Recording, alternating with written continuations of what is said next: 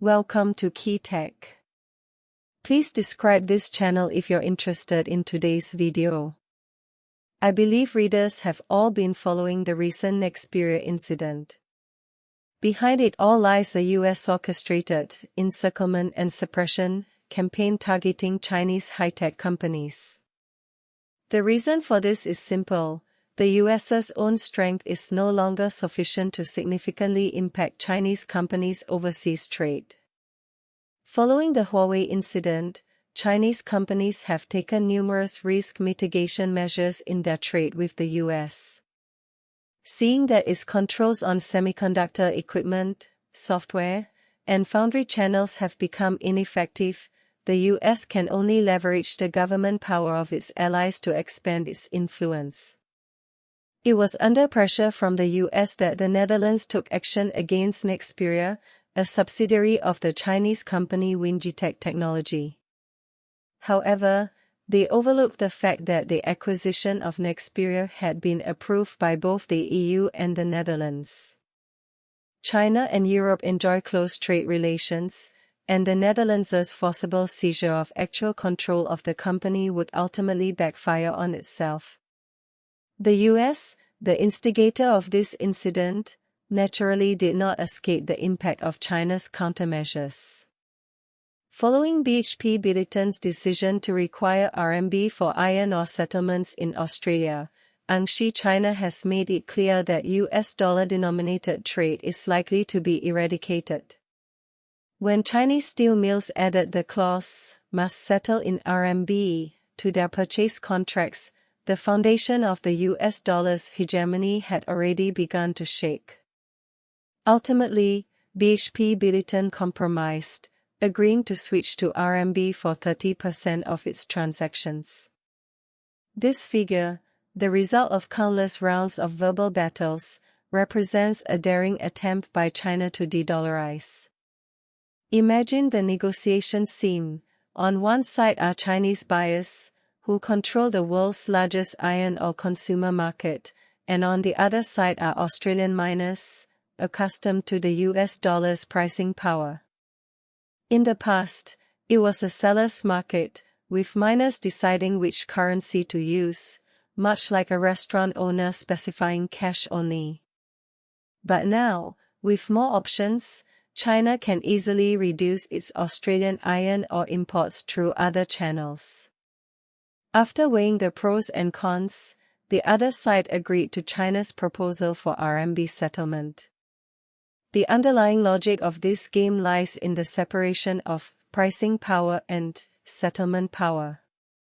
For a long time, commodity pricing power has been held by Western platforms like the London Metal Exchange and the Chicago Mercantile Exchange, making the US dollar the natural settlement currency. But China is dismantling this globally hated dollar hegemony system. You can continue to use your exchange for pricing, but for settlement, I will use my own currency. Once this breach is opened, will copper, aluminum, crude oil, and natural gas be far behind? The devastating impact of Nexperia's email is a precise stranglehold on the US dollar's hegemony. Don't you, Europe, want to use the RMB? I will force products to be settled in RMB.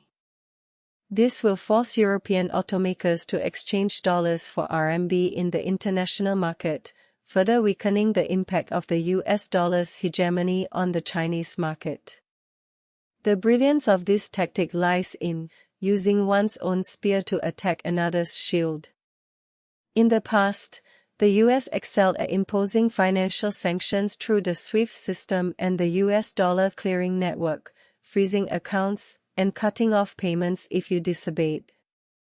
But when transactions take place entirely within the RMB system, the US Treasury's toolkit becomes useless. Lay these events on the table like a puzzle, and a clear pattern emerges.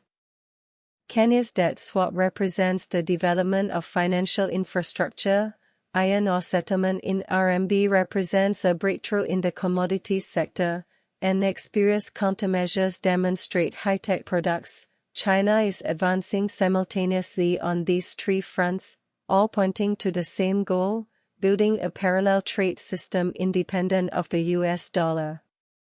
In September 2025, the RMB's share of global cross-border payments reached 3.17%, a significant increase from 2.93% a few months earlier.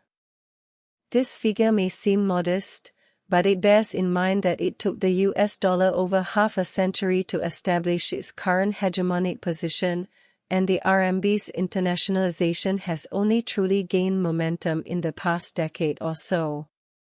Once the relevant arrangements are complete, China will achieve a grand de-dollarization strategy, from raw material and equipment procurement to product sales settlement, uprooting the US dollar hegemony system that has deeply embedded itself in every country globally. Looking back at history, China will recognize that the shift in monetary hegemony never occurs overnight, but rather proceeds slowly and steadily, like geological movement. It took 2 world wars for the British pound to give way to the US dollar. The US dollar's hegemony was established through the dual lock of the Bretton Woods system and the petrodollar. What China is witnessing today may be the third great migration of monetary power, not through war, but through a structural restructuring of trade, debt, and technology. Many simply interpret the current changes as Sino-US competition or de-dollarization, but this framework is too narrow. What is really happening is that globalization has entered a new phase. The previous single currency can no longer meet the actual needs of various countries, leading to a shift towards regional integration with multiple currencies. The US dollar won't collapse overnight, but its use cases are being fragmented, diverted, and replaced. Kenya's debt swap tells China that developing countries are no longer willing to bear the cost of US dollar fluctuations. BHP Billiton's compromise shows that both resource-rich and purchasing countries have discovered new bargaining chips, and experienced countermeasures prove that financial sanctions in the technology sector are becoming ineffective. Linking these three cases together forms a separate and complete narrative. When an economy simultaneously controls the three key elements of market, resources, and technology, it has the power to redefine trade rules, including the crucial question of settlement currency. Once China's RMB internationalization system is closed, the US's previous tactics of reaping global benefits through interest rate hikes will cease to work. Nexperia's email, BHP Billiton's compromise in negotiations, and Kenya's debt swap, these three crowbars are acting like three levers, prying at the foundations of the US dollar's hegemony from different angles. China has been planning for this day for a long time. It's time to uproot the dollar hegemony that's sucking blood from every country in the world.